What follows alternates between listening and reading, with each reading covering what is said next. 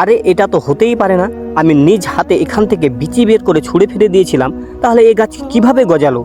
কি হতে পারে যখন একটি শুকনো খেজুরের বিচি মাত্র একদিনে খেজুরের একটি বড় গাছে পরিণত হয়, তাও আবার তখন যখন মাটির নিচে বিচিটির কোনো অস্তিত্ব নেই? তাহলে ভাবুন সেই নবীর মর্যাদা আল্লাহর কাছে কেমন হবে। অবশেষে হুজুর সাল্লাল্লাহু আলাইহি সাল্লাম সেই ইহুদি ব্যক্তিকে কি জবাব দিয়েছিলেন? বিশ্বাস করুন, এই মজেজা দেখে আপনার মন জুড়িয়ে যাবে। একবারের ঘটনা, এক ইহুদি নবী করিম সাল্লাল্লাহু আলাইহি সাল্লামের কাছে এলো। তার হাতে ছিল একটি খেজুরের বিচি। সে শর্ত দিয়ে বলল, আপনি যদি আল্লাহর সত্য রাসূল হয়ে থাকেন তবে এই বিচি দিয়ে একদিনে গাছ গজিয়ে দেখান এবং তাতে খেজুরও ধরতে হবে।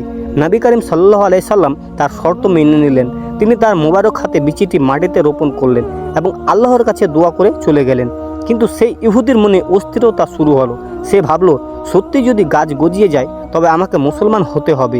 এই ভেবে সে সন্ধ্যার সময় চুপিসারে সেখানে গেল এবং যেখানে হুজুর বিচিটি পুঁতেছিলেন সেখান থেকে সেটি বের করে দূরে ছুঁড়ে ফেলে দিল, যাতে বিচিও না থাকে আর গাছও না গজায়। কিন্তু সকাল হতেই ইহুদি যখন সেখানে পৌঁছালো, দৃশ্য দেখে তার চোখ না ছানাবাড়া হয়ে গেল। সেখানে খেজুরের একটি বিশাল গাছ দাঁড়িয়ে আছে এবং তাতে টাটকা খেজুরও ধরেছে।